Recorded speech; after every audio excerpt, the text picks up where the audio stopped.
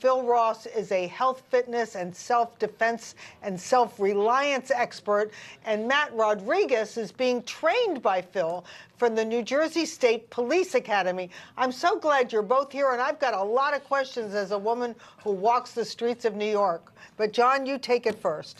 Phil, has business picked up? Because we see more and more people, especially the women, getting attacked through these senseless, random acts of violence. Well, first of all, thank you for having us on, and it's great to see you, Betsy and John.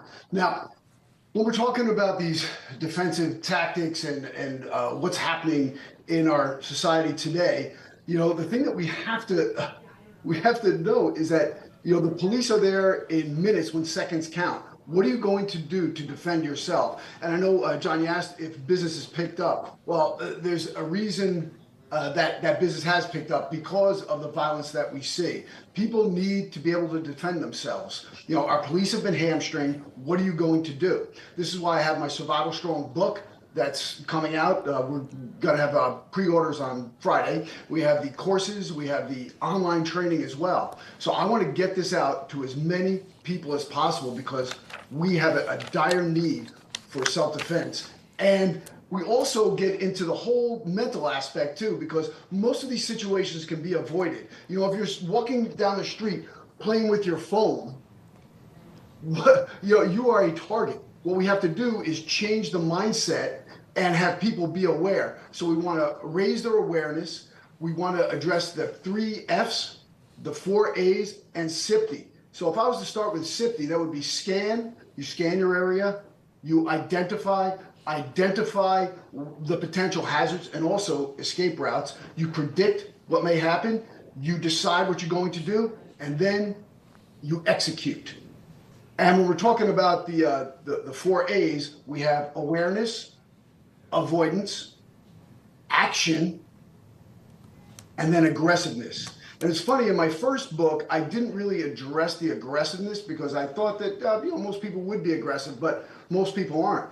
And if you look at also what happens, because when we take psychology courses, we're taught the fight or flight syndrome. Well, there's something else that happens. It's called freeze. And most of the time, people are in a confrontation. The first time they've ever been hit, they freeze like a deer in the headlights. Through our training modules, the defensive tactics, as well as the mental aspects, we address those issues and teach people how not to freeze. Now, we want to hear from your trainee here because he's been learning a lot, right?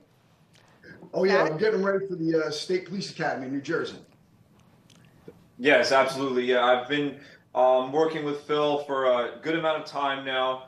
He's been teaching me great fundamentals, especially footwork and making sure that you're always moving, no matter what in the situation, because in a fight, you absolutely need to be moving aggressively, you need to be moving fast, and not in a straight line. You have to be getting outside of the target. You have to be moving, you have to be moving away from the walls that people can try to put you behind, When you're out there on the streets, a lot of people try to put you in corners. You just got to watch your surroundings, make sure you're not going in, these alleyways, making sure you're not going around by the walls, and, just keeping yourself open, keeping yourself safe.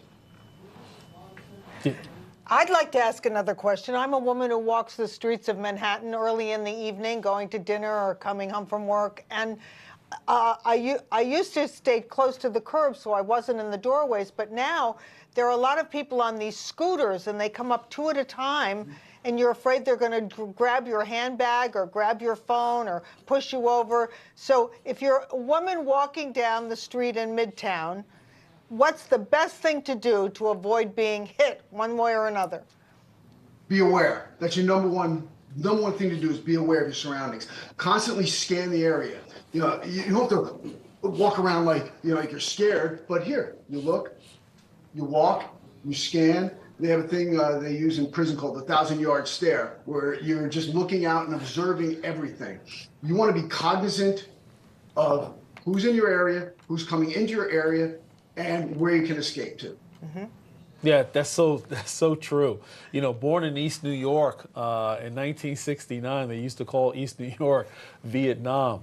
And you just develop that sense of knowing everything that's going on around you, so that way nothing sneaks up on you. But hey, in a city where there's 8.5 million people, we're a little congested in terms of, the density of population. Are old school tactics like poking a person's eyes or other things, did that go away? I mean, isn't that part of your arsenal, if you will? Oh, absolutely, absolutely, John. One of the things you want to do is recognize the vital and semi-vital target areas, and that's where you want to direct your strikes and blows to. And the thing is that, you want to just do repeat it blows until you can get out of there. But don't stand around and look at your handiwork. Get out of Dodge. You're not getting $20 million to fight. Mm-hmm. As a woman, I always look behind myself often as I'm walking. I get to work early in the morning here, and when I get out of the cab, I look behind myself several times just on the way to the front door. Yeah, and that's a good tactic. You should always be aware. Mm-hmm. Don't bury your face in your phone. Don't be bopping around listening to music. You want to be focused on the area, scanning, know your surroundings, and be alert to any changes. Phil, what are some other vital points? You have the eyes. How about the throat? Throat is great. He's ready to fight. Yeah. John's ready to throw down right now. We get some training, buddy. We'll have some fun. I take the subway, Phil. I need these tips. Eyes are great. Everyone has eyes. Right. Throat, everyone has a throat. Males, obviously, the groin is another area. Is also, kicking to the side of the knee. It takes like 17 pounds of pressure to pop the knee. The side kick placed to the side of the knee will pop that and drop them down. Just as I did in this demonstration here when I was training with Mark. Mm-hmm. So, we've had several carjackings. I'm sorry? This week in the news, in the New York area, there were several carjackings where people were sitting in a car, women, and thugs came up with guns and either dragged the woman out of the car or tried to drive away with her in the car. So talk to us a little bit about when you're sitting in a car. Right. Well, actually, I'll also address this in the Survival Strong book. There's 24 chapters there. And the thing is that when you pull up behind someone, always be able to see the tires of the vehicle in front of you so that you can escape. If you roll up on somebody and you're right on their tail, you cannot get out of the way. You can't move. But if you can see the tires of the vehicle in front of you, you can make a turn and get out. And you know what? Don't worry about the rules. Save yourself. Mm-hmm. You know what, Phil? Perhaps you or Matt can actually address this. Are there any techniques that you can give our viewers? Let's say if whether you're a female or a male and you get into, let's say, a physical scuffle with the attacker, how can you use the attacker's weight against the individual so that way you'll have the leverage to, let's say, toss them over and maybe get away? This is for the guys. Well, actually, I actually had a woman who was about 110 pounds successfully defend herself against a knife-wielding assailant who's about 300 pounds. She put him in the hospital. Okay? So yes, these techniques do work. And the thing is, like Mark stated before, was the movement factor. You want to be able to move and disrupt their balance. Right. You don't want to stand in front of somebody. Move. As soon as something occurs, move. Take the angle. Great.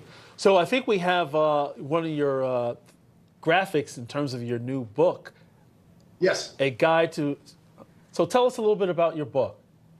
Oh, wow. Okay, so this book, to me, everyone should have a copy of this book, and I also priced it very, very reasonably because, my whole goal in life is to help people live better and longer through strength, self-defense, and self-reliance. So this book goes through step by step on the mindset, the physical training, and also what to look out for. We even get into mass hysteria, because I've been in a few of those situations. We get into how to move, how to strike, the path of a punch, the vital target areas of a person, and how to also protect your vital target areas, and how to reposition yourself, and the weaknesses and strengths of the human body. I've got to read that book. Matt, I want to hear why you decided to become a police officer. Oh, sure. I've always had an innate nature to just always help people outside of an office, for sure. I always love being out in the field, out on the road. I've always been, one with nature. I've always been more of an outdoors person. And I feel like I connect with people more. and helps me stay out, keeps me good. Your in the parents morning. must be proud of you. Awesome. Awesome. Absolutely. I see you guys are in the gym. After this show, I'm like, where are you guys? I might actually come and join you and mix it up a little bit. Let's go, baby. It's all good. Awesome. Thanks for joining First Edition. Thank you. Strength and honor. Great tips.